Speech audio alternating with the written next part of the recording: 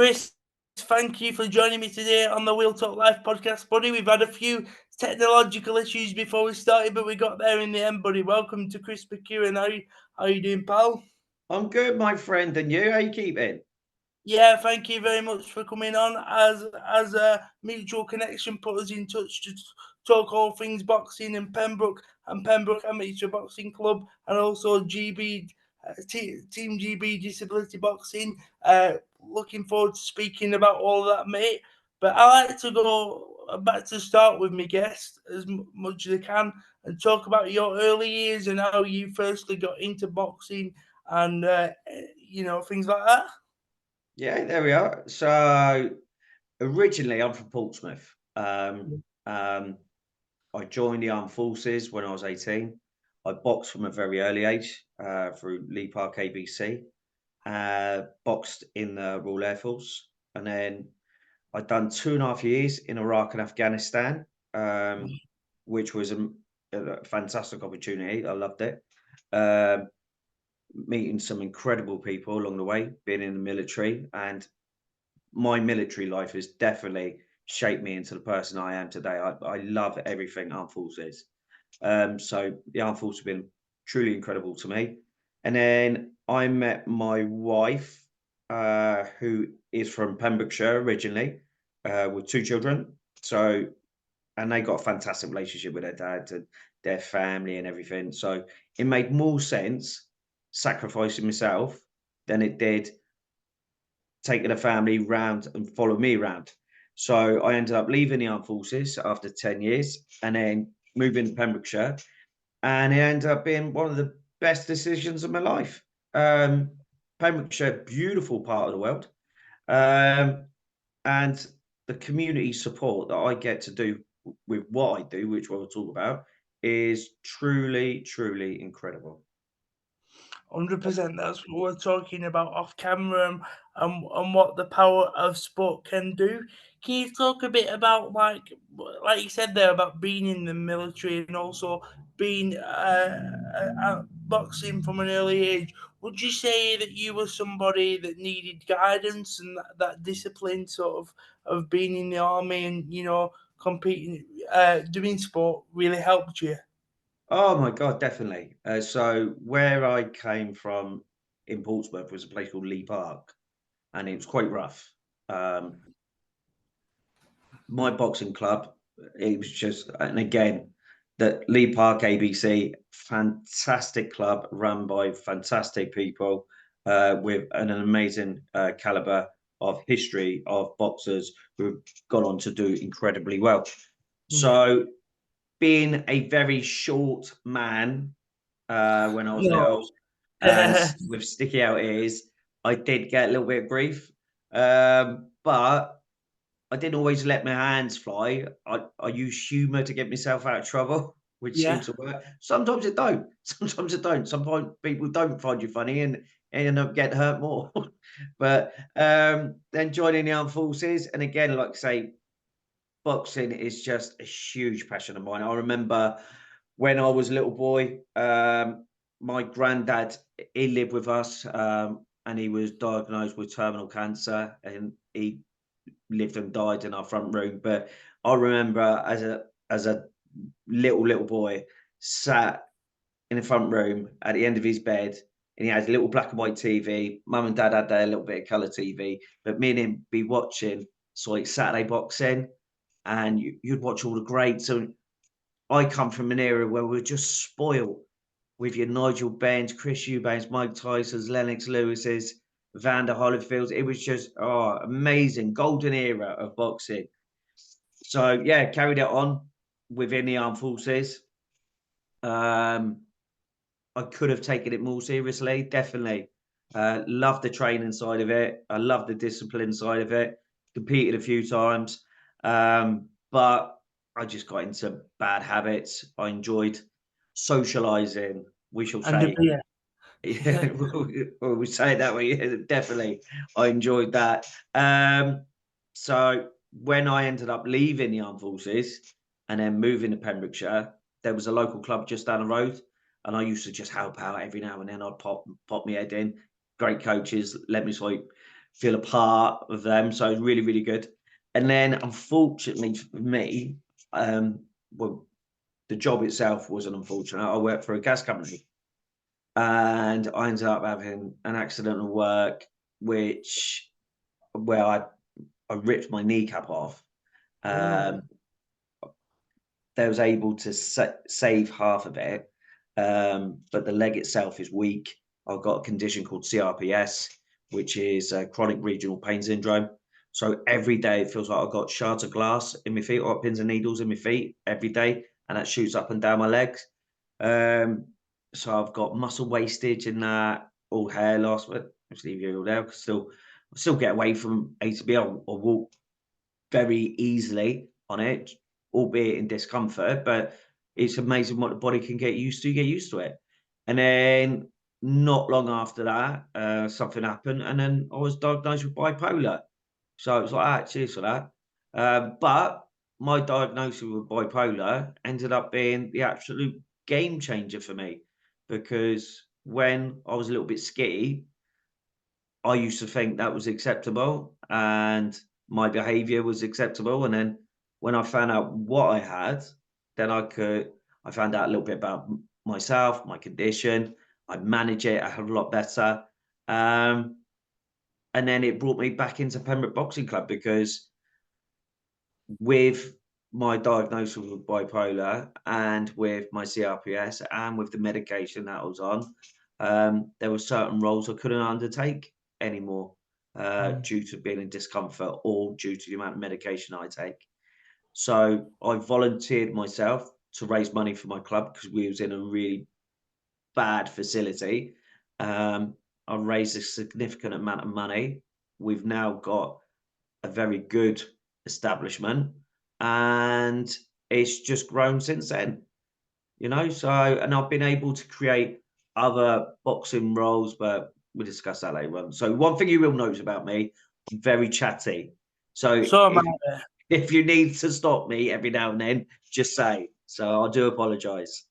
No, you don't need to apologise. For one time, I'm actually listening into. I find concentrating and everything very difficult as well. My mum will tell you I don't shut the hell up, which is good for me to be able to listen, because I share similar sort of resonance with your story as well. Obviously, I don't have bipolar, but I do. I've learned to channel my mental health issues over the past 5 years through the power of boxing and sport and physical exercise in general. And yeah, I would say it's a massive, massive benefactor for people's lives is boxing, isn't it?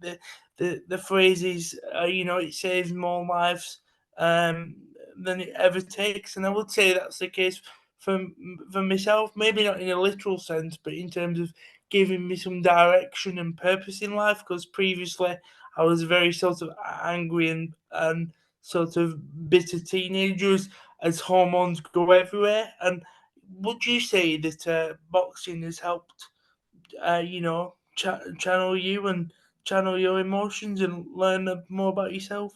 Yeah, definitely. Like I say, the armed forces helps with that, because it gives you structure, discipline, self-respect. Yeah. It gives you all those good core values of protecting others and being part of a team. And a lot of that does roll into boxing as well, regarding discipline, controlled aggression, structure. Um, so whenever any boxer comes into your establishment, as a code of conduct that whatever you learn to do stays in here. And it's a fantastic outlet for controlled aggression. And what is amazing about our sport is it's one of those deprived sports where there's not initially a great deal of money that gets made from it on an amateur level. It's not a great deal of money that goes into it. There is fantastic support. I mean, I've been really, really lucky with my local council, Sport Pembrokeshire, the National Lottery, truly amazing. So there are organisations that are helpful, but from my side of sport, when you live in a deprived area, there's a lot of families that will come to you where they can't afford to pay subs. So a good amount of times we've got, I would say we've got a good percentage in our club who train for free.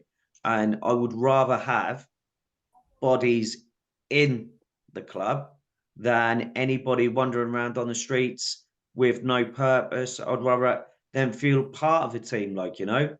Um, so one of the things that we've had within our local area, and I'm sure it's the case for many places up and down the country, with this horrendous thing that's gone on in Ukraine, we've had a lot of families move over to Pembrokeshire from the Ukraine, and we've had a lot of families who currently use our facility. Super. Oh, mate, we've got some cracking little boxers coming through, and we've got some lovely families. And one of the things that we've done, when they were taking stuff out to the Ukraine, and especially when it was round about the same time when COVID hit, or just not long after that. So when COVID hit, we turned our boxing club into a food bank. So we collected tins of food and we went round to local houses who were struggling to give them like meals and all this and the other. And then when COVID lifted, we continued to collect food and so like first aid kits and all this and the other to send out to Ukraine. So we've done that. And then now that we've got families from the Ukraine that's moved here, what we do is we collect clothes from That's club class. members or our community. So when the boxers get to come in with their families, we open the doors upstairs and they can help themselves to free clothing, or that we have baby items or like nappies, formula, or stuff like that.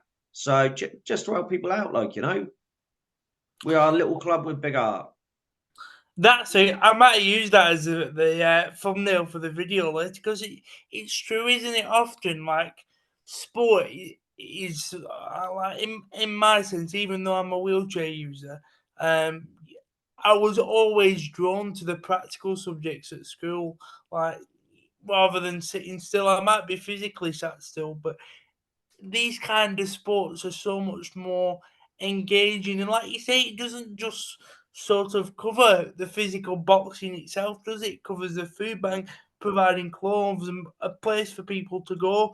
Can you talk about the power of sport in changing lives in your eyes? Yeah, of course. So I will talk about it from an inclusion side and how I got into it. Yeah, So working for Sport Pembrokeshire and getting into the schools, and we've got a thing called Disabilities Sports Wales uh, class. in Wales, and they've got like an in-sport program. So there was a lady called Angela Miles who 100% who got me onto this path to where I am today. And she was my biggest supporter. She was amazing for me, and every now and then she'd sort of say, "Could you help with these open days?" I go, "Yeah, of course I can." So, and that's when I started dipping my toe into it, and then you start working with people, and I, I like problem solving. So, no, no is not an answer. It's just a beginning. It's just a beginning for me. Yeah. So, it's a beginning to a solution. So, when I started working within the inclusion, I said, right, this is what I'm going to do. So I'm going to start opening my club up on such and such days, and we'll sort of do certain activities. So it started off with a bloke called Paul Phillips, again wheelchair user, and he's been with me from the absolute get go. Still comes to me. I put for a coaching course. So with Paul, he's very proud man. He lost his leg at a very early age due to cancer, and that man's just been absolutely incredible. You know, regarding his mindset, his attitude. Uh, he works very much within the inclusion community, helping people get employment. So I was really good on that side of things. So through working with Sport Premiership, got me into schools. So once I started getting into schools, and they wanted me to sort of take some boxing days. So I was this one day I started so at 9 o'clock in the morning, finished at 3, and in between then, I would have different classes coming into me. So I'd be doing so like pads, setting up with drills, and they would bring the guys in with disabilities, whether it was visually impaired, hearing impaired, whether they were in a chair, whether it was motor skills, whether it was ADHD or severe autism. They would come in with their LSAs and they would watch. And I turned around and I went, I'll do a session with them. And they went, "Oh, no, no, no, no, no, no, no, no, no, Yeah. no, they just come in to watch." I went, "No," I said, "it's absolutely fine." I said, "Well, I could do it through their break time." I said, "So once this class is finished and they got break time, I'll work with them." No, no, no, no, no, no, no, no, you can't do that. You can't do boxing with them. I'm like, "Of course I can."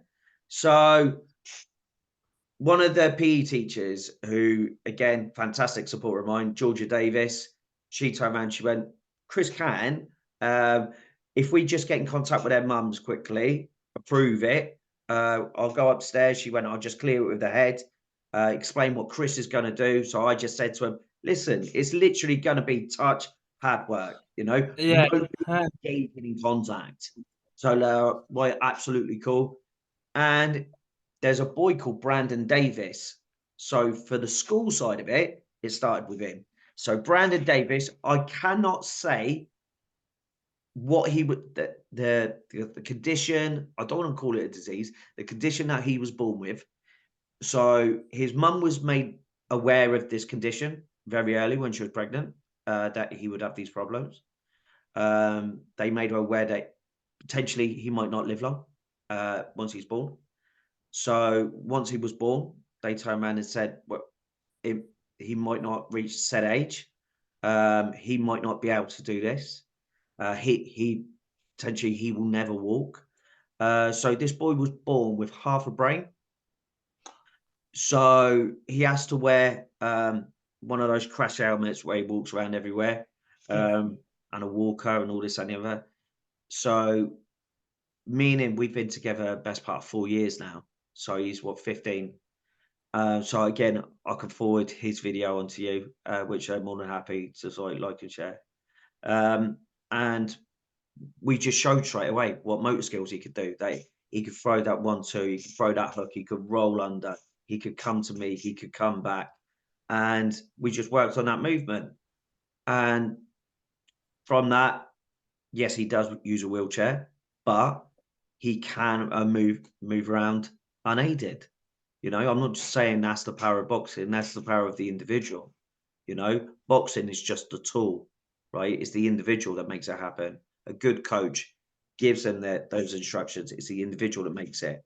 And that's what I find it with inclusion, is that because it's one of those sports where it's like that big macho sport, and you wouldn't necessarily, if you put the word disability and boxing together, the able society side of it go, whoa, whoa, they can't be Yeah. doing that. What are you talking about? It's crazy. But the inclusion side of it, because they can do it and we show that they can do it, when they pitch up for me on a Thursday, 100%, I get 100% every week. They're absolutely phenomenal. And like I say, my numbers prove that. The fact that I've got 70 people that will turn up to train on a Thursday religiously, of all abilities. And again, that is the power of boxing. So I loved boxing before, but now, oh my God, knowing what I can do with boxing, not being so narrow minded, one sided, looking at the bigger picture. Yes, it does save lives, but it changes lives. And that's what boxing has done for me. It's changed my life forever. Working with the um, my inclusion community has made me a better man. Has made me a better man and continues to make me a better man, because I strive to be better than what I was the day before. I'm not complete, I'm not perfect, but I will carry on fighting for my community, because again, you get a feel good factor when you're doing it, and then when you walk away from it, you're like, we need to do this. We definitely need to do this. Society has got your equality up there. You've got your your ethnic community side of it, that where regarding racial awareness. Me personally, I find for the disability community, we're there, and Yeah, man, everybody, totally agree. you know, Yeah, and it's creating that awareness. And since I've created and started this journey, like I say, organisations I've jumped on with, Boxwise. Oh my god, I could not love that company more if I tried. So I created an organisation called Great Britain Disability Boxing, and I've done that because there are organisations that are out there who claim to be governing bodies for disability boxing. They're not. They're not. yeah, Because England, Wales, Scotland, Ireland wouldn't work with them. So they're not a national governing body. They haven't got qualifications. And they put on these white collar shows where they put people with disabilities on these white collar shows to compete. Because currently, as it stands, disability boxing is not an approved contact sport. It's not. England, Scotland, and Ireland and Wales recognise inclusion, and they support boxercise side of it. They see the fundamentals of boxing training and how it can help people with disabilities. But currently, behind the scenes, England, Scotland, Ireland, and Wales, and again, I'm speaking selfishly because obviously I live in Wales. I work with a gentleman called Gareth Evans, who's the community engagement officer for Welsh boxing. That man has been absolutely incredible since he's coming into his role. He's not been in that role a year. For what he's done for not just amateur boxing, but what he's looking to do with inclusion and myself and my company is brilliant. You know, there are things in the pipelines, but it takes time. You know, you have to go through approval. People didn't build spaceships and just say we can fly them. They have to go through rigorous testing, you know, yeah, and this is no different. Every sport has to go through a testing phase to prove that it can be safe, structured, and more important, that everybody around it can be protected. This is no different. So behind the scenes, this is happening, right? Training is being created for coaches to help run proper inclusion boxing exercises. There is training currently being put in place, not just for, and this is most important for me, is that nobody will understand disability better than the person with that disability. oh, your classmate. Oh, you speaking everything that I'm sort of feeling on a day-to-day basis myself because I've got cerebral palsy, using an electric wheelchair.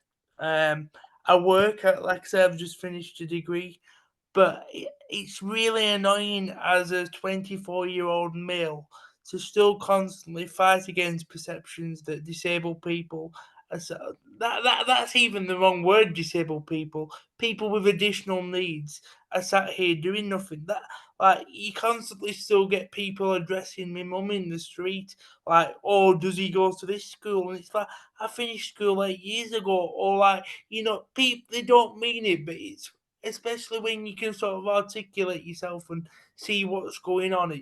It's so frustrating. Like you say earlier on in the stanza of our conversation, people automatically going, no, they can't take part in the classes that you put on.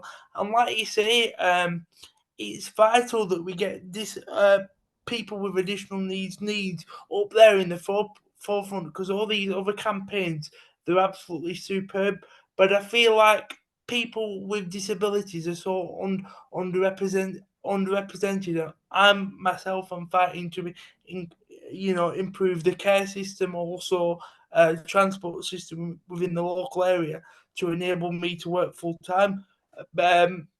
Basically, they're so underrepresented or disabled people, aren't they? Because people just think, oh, it's right, they get given enough money by the government, or they don't want to do this stuff anyway. They just want to sit at home eating Maltesers in front of the telly. No, mate, and that's why I've loved listening to you, because you're basically saying everything that's happening to me at the moment, and also our families as well. It's not just the people with disabilities themselves, is it? No. The lack of support for carers, etc., etc. You know. So the big one for me, right? So what I get wound up with is, so like I say, we'll go back and forth and we'll touch on different elements. So my first one is schooling, so education. So I truly believe there is not enough conversations in schools regarding disability. I don't think there's enough teaching for teachers to recognise things like autism or ADHD or how to work with that condition. I think there should be more. At the end of the day, one in four people are disabled. One in four people are disabled. I mean, in my era, when we was growing up, it was the main type mental health disability was being dyslexic. Now, ADHD, autism, Asperger's, and sometimes you do feel as a coach or as a teacher, there are some parents that want to throw a label onto their child straight away, and it becomes so messed up and muddied. And the big Yeah. one for me is, so for any able-bodied person who's listening, watching, whatever, is that society will see X amount of people with disabilities go to mainstream schooling. So that's the bottom line. Now, depending on your disability, you will go on further to college or university, but that will get smaller. Now, depending on the level of your disability and the severity of it, depends whether you'll get into the work era, and it gets even smaller. So the rest of those people with, like I say, a severe disability, a mild disability, they fall into that big bubble, which is that care sector. And then, so when they turn around and say, well, you get X amount of money for disability benefits, what you've got to understand is there's some people with disabilities that won't be able to go out and play in the summer because they haven't got their parent with them or their carer near to them, or because of curbs and such, it's just not safe for them. So they miss out on playing with other children where able-bodied people take it for granted. And sport is a prime example. An able-bodied person can wake up and go, do you know what? I'm going to play tennis in the morning, go for a swim in the afternoon, go play a bit of basketball, might do that. Now I might go down a pub, have a couple of jars, see how it fits me. Somebody with disability can't do that, because it almost feels like for some people with disabilities that there's only so many sports that they can do that can be tailored for them. And then you've got to wait for that day for it to fall onto. Doesn't mean it'll happen on that day. And again, regarding going out socially, not all people with disabilities will be able to go out socially. But that also isn't the fault of the person with the disability, is it? It's the fault of Christ, the no. person, society, yeah, accessibility. They miss out on that opportunity on going on holiday for a week with the lads or with the girls, like, depending on their disability, Yeah. and again, this is ruthless. This is ruthless, but one of the most fundamental things for anybody to feel, as well as finding friendship, but love. And there'll Yeah. be so many that will miss out, that they might not find that their boyfriend, girlfriend, or whatever, or have the opportunity to have children. So when they're turning around and saying, "Well, you get that," and you're like, I would swap that in a heartbeat to have a fraction of what you have got. So don't mate. tell me how good I've got it, you know? So shit, stuff like that grinds my gears, really does. So when we take, so on my inclusion days, and I'll give examples the way through, and for a lot of my guys who are with me, they've heard this tale so many times, but for people who have not heard it, this boy, there's a boy that I work with. He's called Delton. So he's disabled. He's paralysed on the waist down. So he so with him, we were doing boxing. He was doing junior boxing with me, and when we have like a little bit of a break in between, it's our opportunity to have a moan, to talk about pain or discomfort, talk about achievements, talk about hopes, dreams, have a giggle, dark humour, whatever you have here. It's an open forum. So you've got your parents on the outskirts all watching us all train. You've got all these different kids of all different levels of disabilities, from Spurgis, lower limb amputees, upper limb amputees, some kids that are blind. I've got kids that are fighting cancer. It's just a whole array of people that are just getting through life and and that. So again, bipolar, I jump backwards and forward. Again, with having a disability, it's a lottery. When we are born, we don't get to choose what vessel we're born into. Yeah, So you don't decide if you're going to be male or female, and you certainly don't decide if you're going to be disabled. And this is the thing. Somebody that's disabled knows no more about their disability than I know about being a bold, short midget. You know, you're just getting through life. You know, and if if you struggle to do something, you adapt and you do it to the best of your ability. But here's the thing: because that person is adapting, doing the best of their ability, they don't need society behind them going, that's inspiration. remarkable. Yeah, It, it's boring, isn't it? It's like I know people mean it in a nice way, but for me, like all the time I'm fighting the transport system around here so I can work full time because I know that I can do it. But there's problems with how drivers from like local transport firms pick you up and make me regularly late for the hours that I do work and so. And every time sort of something sort of gets put out there that I'm, fighting to improve this so I can work full time, the word inspiration constantly gets used, and I really don't like that because no, I can be a dickhead just like everybody else at times. No one is perfect in this world, and we shouldn't use that as a scapegoat for making real change. And like you say, like thankfully it's improved a lot with my my friends, and that I'm a very sociable person, got a wide social circle. But that's probably one of the reasons why I ain't got a girlfriend or anything yet, because people around you like proper ain't scared to actually sometimes have a normal conversation with you. Oh, he's well cute. Oh, no, I'm same age as you, and I think you're fit. Can I have your number, please? Do you know what I'm trying to say to you, mate? It's like it's vital that we continue to just not like not put people in the same bracket. Like I want to hopefully move out one day soon because my yeah, mum's been my carer for my entire life.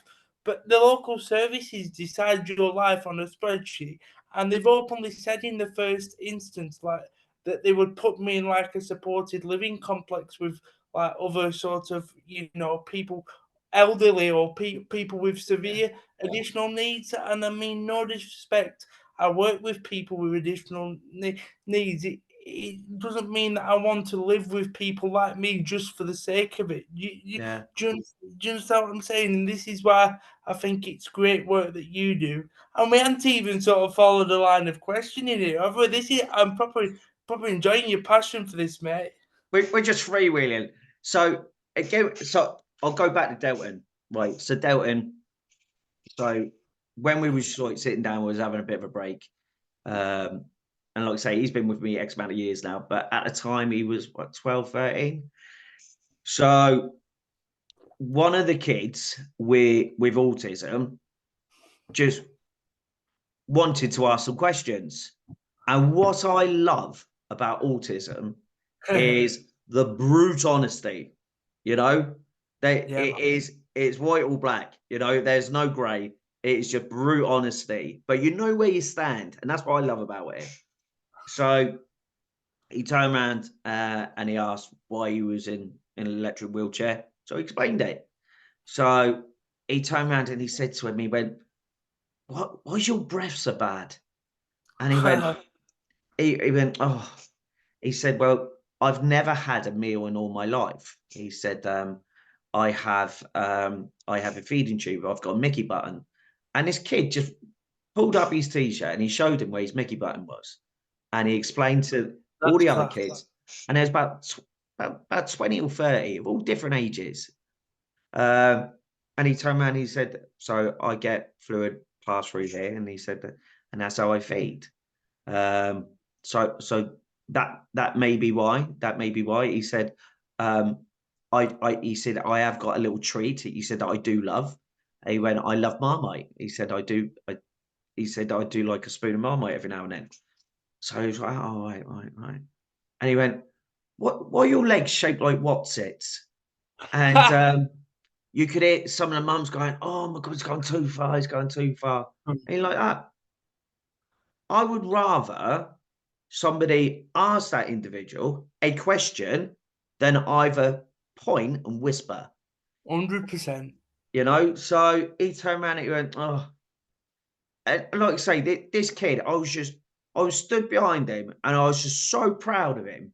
And he was just so freewheeling. He was like, oh, he said, when I was really small, he said, because I can't feel my legs. He said, when I rolled over, he said, my legs wrapped in the bed sheet and the bed sheet got really tight. So when I rolled over, it snapped both my legs. So by the time his mum found him in the morning, his legs were properly discoloured.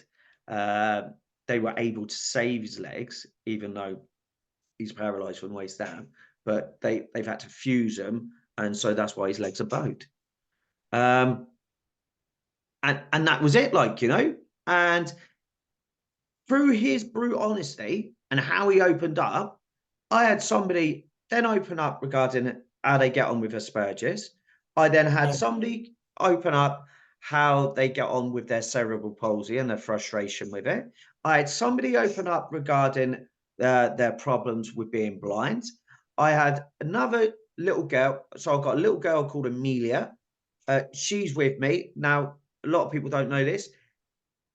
Within boxing, deaf is the only approved disability to compete. So you can be deaf and compete as an amateur and pro boxer. And it's because when you compete, the referee and everything is a lot of sign language. So deaf can compete. And she's deaf. Now, this little girl who spent a lot of her time in her room, she didn't go out too much. Since she's been with me, she's been with me a couple of years now. She calls me her best friend. She is an absolute star. I've come really close with the family, as I do with all my boxers of all abilities. You become part of this tight knit family. She's with me Monday, Wednesday, all day Thursday teaching, and this kid's 12. 12. She is absolutely incredible. The Ukrainian lot, she got this speak and spell app, and she was openly chatting with the Ukrainian lot, telling them what we're going to do for this next exercise. I didn't even have to tell her to do that, you know? And I'm like, I'm just in awe of this community that we've created. It's just, absolutely joyful, absolutely joyful. I adore them, every single one of them. So on a Tuesday, I drive 2.5 hours from my house to Cheltenham to teach in the Star College, and I do that from 10 till 4, and I'll drive 2.5 hours back. And because of where I'm located, all of the Star Colleges that so I'm in Pembrokeshire, so the one in Cheltenham, 2.5 hours away from me, brilliant. The one in Pontypool, that's 2 hours away from me, brilliant. And the one in Hereford is 2 and a bit hours away from me, brilliant. So a But lot of travelling. it's a lot of travelling, but I wouldn't change it. I wouldn't change 100%. it. The only thing that I'm trying to get to with creating Great Britain Disability Boxing, my business partner in that. Now this man, honestly, you got to hook him up, you got to look him up. He's worth a Google. This man, so Dan Bedell, my business partner, he was involved in the 7/7 bombings. He was sat next to the individual that detonated himself. Everybody in the train carriage was killed. Dan was the only survivor. Wow. Yeah, Dan was the only survivor. He lost both his legs, his eye, and his spleen, but he didn't lose his fight for life. Since then, he was already involved with construction. Very intelligent, very clever man. He created his company, which is National Employment Diversity. You can find it on a website, and he helps people with disabilities to get into workplace, and he also helps businesses to become more inclusive. Yeah. Um, he's got a fantastic app on that. He's a really, really sharp cookie. So he's part of the team. So what we're looking to try and create is our own boxing workforce, where hopefully in time, where we can have um, adaptive um, boxing coaches with additional needs to go into schools to teach inclusion boxing. Class. Because for me, one of the things that when you go in, not all schools are the same. I mean, to be fair, one of the main schools I work in, Emory Tudor, with Georgia Davis, they've been amazing, really accommodating. They listen, they take things on board. They're really, really proactive. They're fantastic. We're already looking at this summer. We're going to be hosting our first Paralympic Sports Day games, where Wow. the kids with disabilities become the head coaches, and the mainstream children with abilities. And I hate all that abilities, disabilities. I hate all that shit. But Uh, the able-bodied children get to do the disability sports.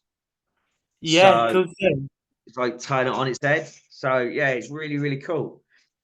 cause So then, sorry, I was just going to go say, on, go on.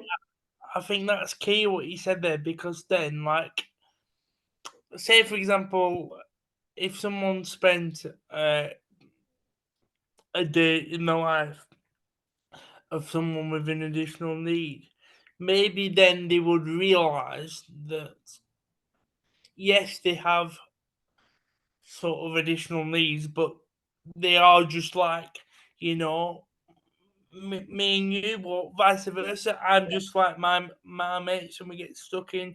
We go to parties, gigs, festivals, whatever you want to call it, and maybe then I believe people in positions of power should do that, to work out how best we can serve environments like the workplace, like social settings, like, you know, you get what I mean, don't you? Because Yeah, all of these things interlink. It's not just about the workplace going into work, it's the interactions with people. of You course never it know, is. you could end up getting married to the love of your life through the interaction of working with somebody, you know. uh, and it's about fueling and allowing people the space to grow, isn't it? Yeah, definitely. I mean, the big one for me, right? And look, I'm certainly not, right? I'm not slagging these organisations off. I'm not. So No, it's right. it's just it's my opinion. So it's my opinion. That's all it is. So but your organisations like your Children in Need, your Comic Relief, Undateables, another one, Yeah. is that when it comes to disability and say like with Children in Need, whenever there's like a group or they go into a school, that group of individuals with disability, they always play this soft, low music, Yeah, you it's know, like piss and off. I just find it so fucking patronising, Yeah, you man. know, because then what you do is you create a society where able-bodied people are just looking at people with disabilities with sympathy. And they're like, oh, look at them. Oh, bless them, they're trying. And you're like, ah, fuck off. They're not trying, So my mum is one of the biggest ones who's big softy, all this and the other. And so when she come up from Portsmouth and she comes to my club, I said, whatever you do, when you're watching a boxing and you're watching my guys training, don't you dare cry. I said, Yeah. I don't want none of that. I don't want No. none of that. And she went, oh, I won't be able to help them. I went, then don't come. Don't come and watch because they're there to train. That's Yeah. it. I talk to my guys like I talk to my amateur boxers. If they're Yeah. doing well, they're told they're doing well. They're doing great, they're told they're doing great. You Yeah. know, I certainly don't have slow uplifting music playing while they're hitting the bags. Titanic, near, far, wherever you are. Oh God, it just if I've heard the Greatest Showman song played every time, do you know what I mean? Every time there's Britain's Got Talent, and they get these kids together, and you're like, give them more of a powerful song because they're not here to just entertain. They're here to show that they're part of society and they want to take over. You know, 100%. it's just infuriating. One of the best, two of the best things I personally think that happened for the inclusion community was the 2012 Olympics. The 2012 Olympics for me put disability sports on the map Yeah. because it was on mainstream TV.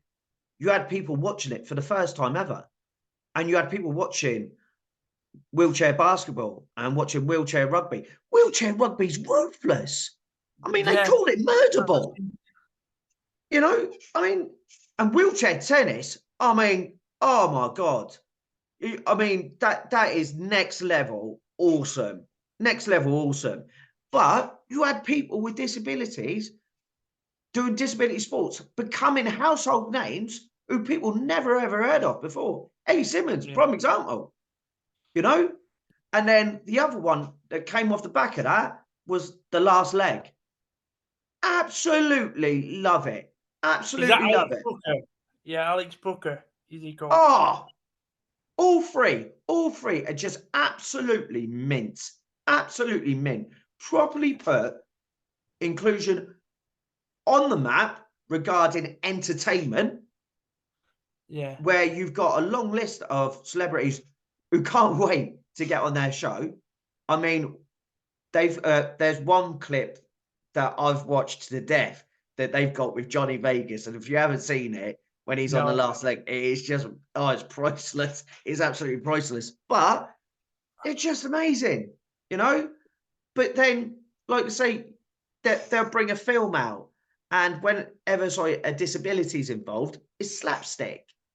Yeah. And then, like I say, with the Undateables, and yes, there's a lovely note to it, but again, they, I find a lot of it they try to pander to for the able-bodied community, so it becomes palatable, Yeah. and that Fueling narrative, isn't it, really? oh, all the time, and it's just like I mean, stroll Yeah. on. So that's why. So again, with box wise, they a bloke called Rick Ogden, and again with so going back to what Dan went through with the 7/7 bombings, Small world. I've been with Boxwise for X amount of years now. Rick Ogden was one of the firefighters that were pulling people out on the 7/7 bombings. So It's the mad how it fact, works, isn't it? Yeah. oh, small world, small world. So, and he was like, listen, love what you do with inclusion. He said, I'd love for you to be a part of what we do with Boxwise. And I've been with them ever since. And they are, so they're turning through charity status now.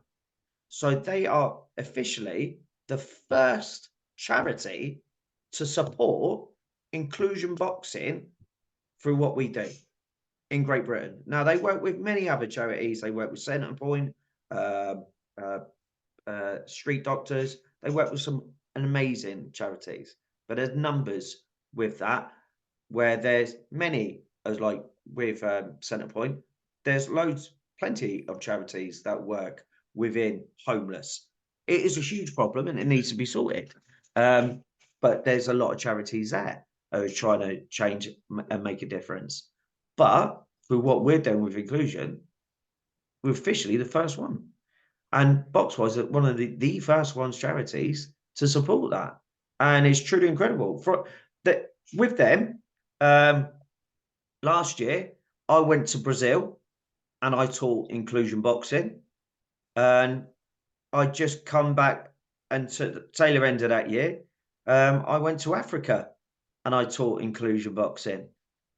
So, and again, I'm so lucky, and with the Star College. So, one of the girls who I teach boxing to, she lives in Pembrokeshire, but she resides at the Star College. So, whenever she got half term, she comes back home to Pembrokeshire.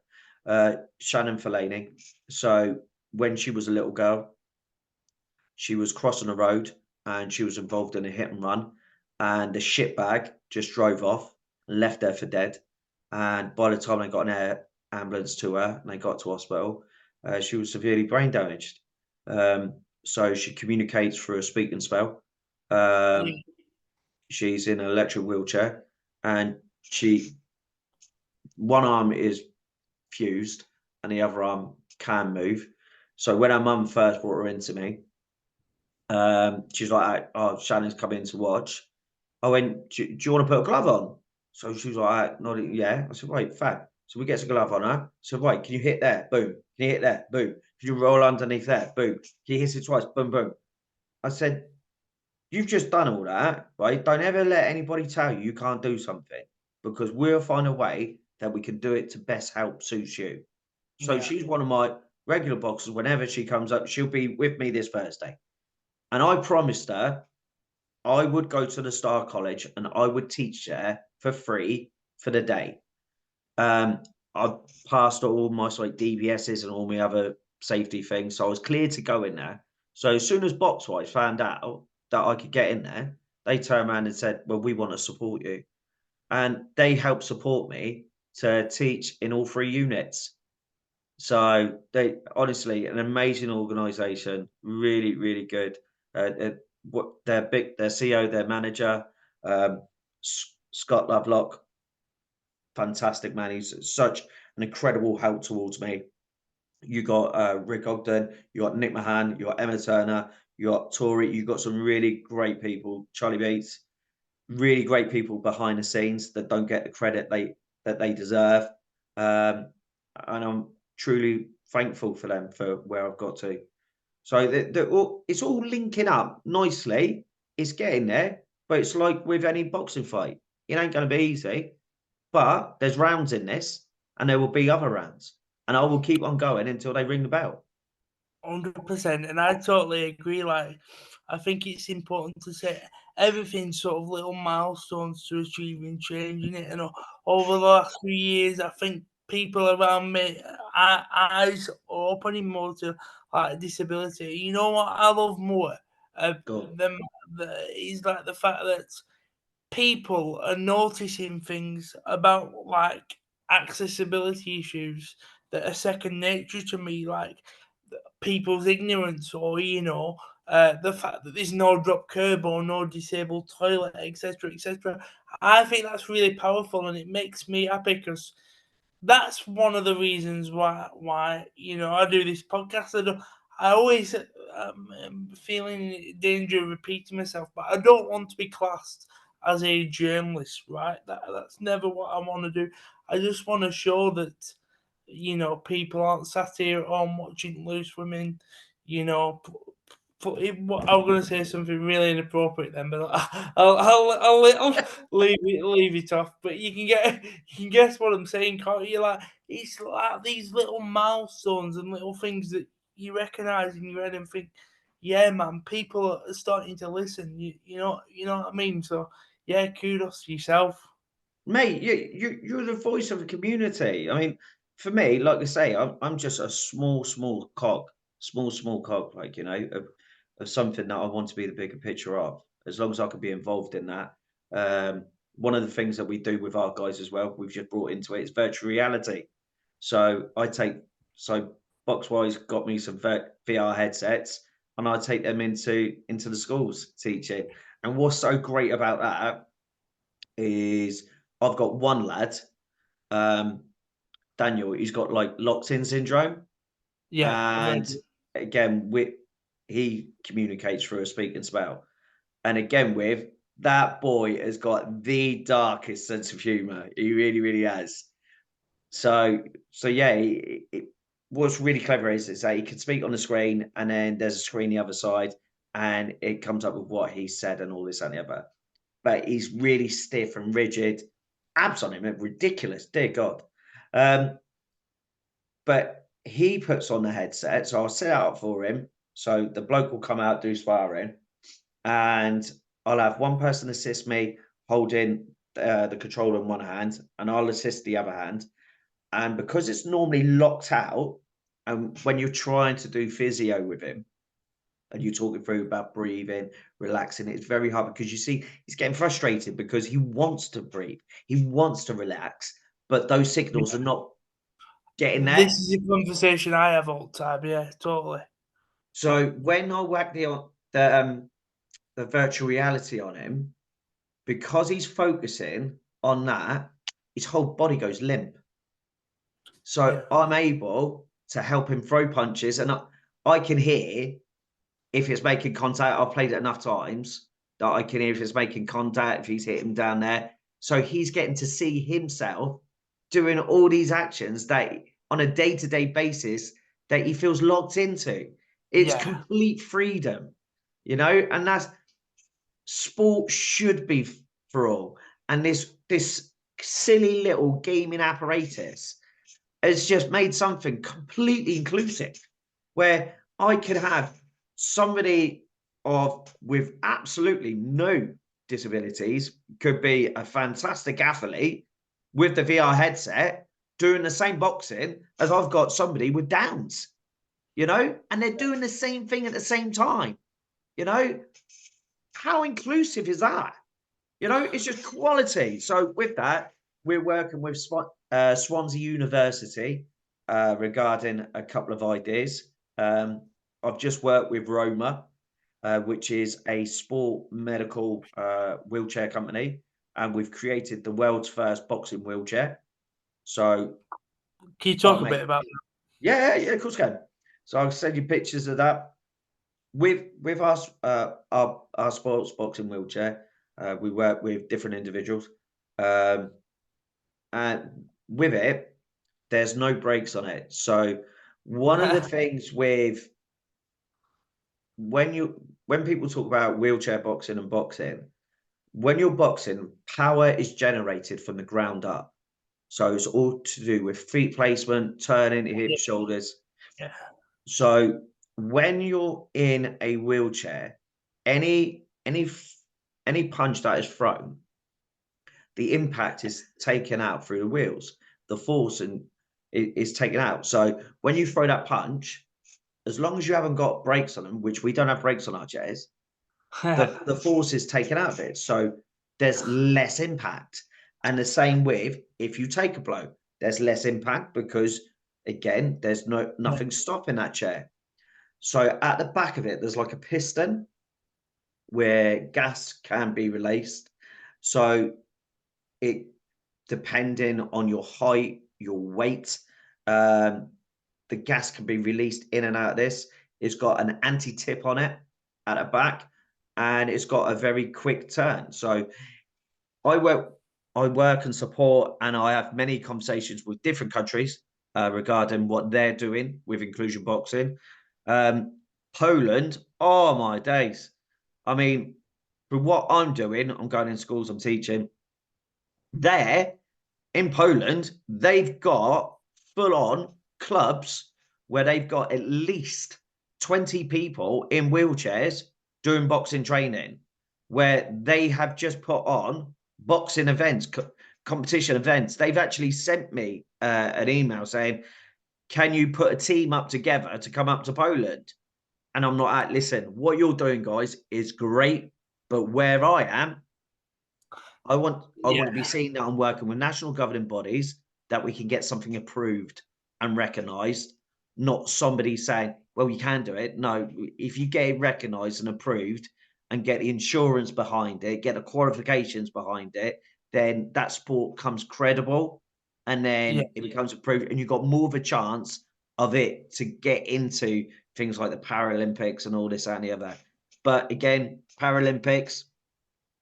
So another company that I work with, an organisation, and this man is an amazing man called Boris van der Vers. Please look him up. So Van der Vers, nice name. So boxing currently is being run by AIBA. So, and that's international, all around the world. So when there's like a GB squad, or there's like an Olympics, or there's Olympics, they're represented underneath the banner of AIBA. Now, AIBA have fallen out of favour with the Olympics. And what a lot of people don't know is that the next Olympics that are coming up now will be the last Olympics that boxing is in, because boxing is being removed from the Olympics. Yeah, that's a disgrace. It's horrendous. I mean, because it's one of those sports that's been there since word dot.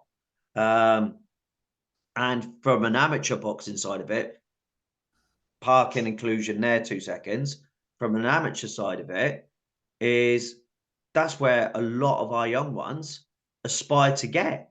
That they aspire to, you know, well, yeah, you know, to represent their country and to get to the Olympics. And then for some people, they will just stay on that Olympic trail, or they might turn pro and go. But they're all stepping stones. But for a boxer, that margin gets smaller and smaller and smaller the higher you get up there. To completely remove it on an amateur side of it, it's like, well, where do they go? What are they competing for? They'll get their Welsh vest or England vest or Scotland vest, but how do they represent the country if they're being removed from the Olympics? So this gentleman called Boris van der Vers, he's created world boxing, and he's got all the support and backing from a lot of the home nations, from other countries. Sheffield, they just hosted a world boxing competition, which was run brilliant, by the way. I actually went down and I attended it for one day just to see the setup. It was just fantastic. I was very welcomed there. I've met Boris personally, and some of the other people took me from behind the scenes, and he showed me the vision. And it was just refreshing to be in front of somebody who is like the president of world boxing, who is very much in charge, who just not only just loves boxing, but loves the grassroots side of it, for how people to get where they are to represent their country. And with him as well, he wants to see inclusion boxing on the main stage. And can you he's, imagine that? That'd be mental. Do I truly believe in my lifetime I will get to see wheelchair boxing as an official sport? Yes, I do. I truly believe that in my heart. I truly believe that in my heart. Do I think it'll happen next year? No. Do I think it'll take a few years to happen? Yes, I do. It's just one of those things. But once it what people got to realise is that just because it missed out in your lifetime, there's children that have been brought into this world who are going to have those additional needs. Benefits, About yeah, benefits of it. It's about their future, their future. I've got some people that like, well, I want to represent my country. I want a wheelchair, but I'm like, I know you do. I know you do. And I want it for you as well. But Yeah, this is the bigger picture: is that once we create something and it's there and it's stamped, it's there forever, and yeah, it's bigger than you and I. It's simple as that. So that's where we are. So Boris is a big advocate of it. He's a big supporter of it. But again, very honest from the get go. Takes time, takes testing. It takes approval. But like I say, going back to Poland, so Poland, they run their competitions, but with their competitions, what they do is the chairs are very much fused to the floor. So you it's just can't move. trading blows. Yeah. So you can't move backwards or forwards in the chair. Now, I'm not going to sit here and turn around and go, what they're doing is completely wrong. They're whatever. Listen, they are trying to create change, and a difference. And if they can do something, all the best to you, fella. All the best to you. As long Let's as have you can get it. the correct as long as you can get the correct testing, the approval from medics and all that, make sure you've got there to protect you and the boxers and the Yeah, boxers. So for me, that's not what I would be involved with, because for me, having a chair fused to the floor is like having two able-bodied boxers and having two people stood behind them with their hands against them saying, right, trade blows. You know, yeah, I get you you. can't escape impact. And the other thing with that is because you can't move away, you're forcing your spine to get into Yeah, positions what are completely unnatural for your spine. So I could see more issues. So I could see more problems and gains. But that again, my opinion, my view. That's all yeah, that is. I celebrate what they're trying to achieve and I applaud them and I'm big advocates of it. I promote them on my page because I think what they're doing and getting individuals in clubs and training, amazing. Because that's what it's about. Because what it takes is for big governing bodies to go, listen, that's got substance, but what we need to try and do is yeah, regulate it and make it safer. and make it grow as well. Honestly, mate, I've enjoyed. I think we've been going for a full hour now. I'm definitely gonna have to get you I'm on so again. sorry. It's alright. I'm definitely gonna have to get you on again because I think you're a fucking mint guy. Absolutely superb.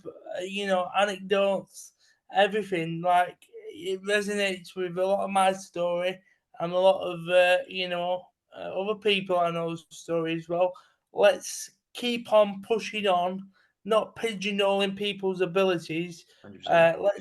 Let's get people out. Get people into the workplace in a more accessible society, which, by the way, it's improving, a lot. But we got to keep that process going. And yeah, I've absolutely loved speaking to you today. Have you got any final comments before I end the recording? No, mate, honestly, just sheer joy for reaching out to me. I mean, obviously, I'll be thanking Callum later. He's been bigging you up massively. Big respect Thank to you. Tom too. Thank you so much for having me on. It's been absolute an honor and a privilege to speak with yourself. Look forward to hopefully catching up and not looking forward to potentially working together on other projects because, Yeah, like I man. say, people meet for a reason, you know. 100%. Yeah. Cheers, So mate. yeah, good luck, mate. Yeah, nice one, pal. We'll stop the recording and I'll speak to you afterwards. Cheers.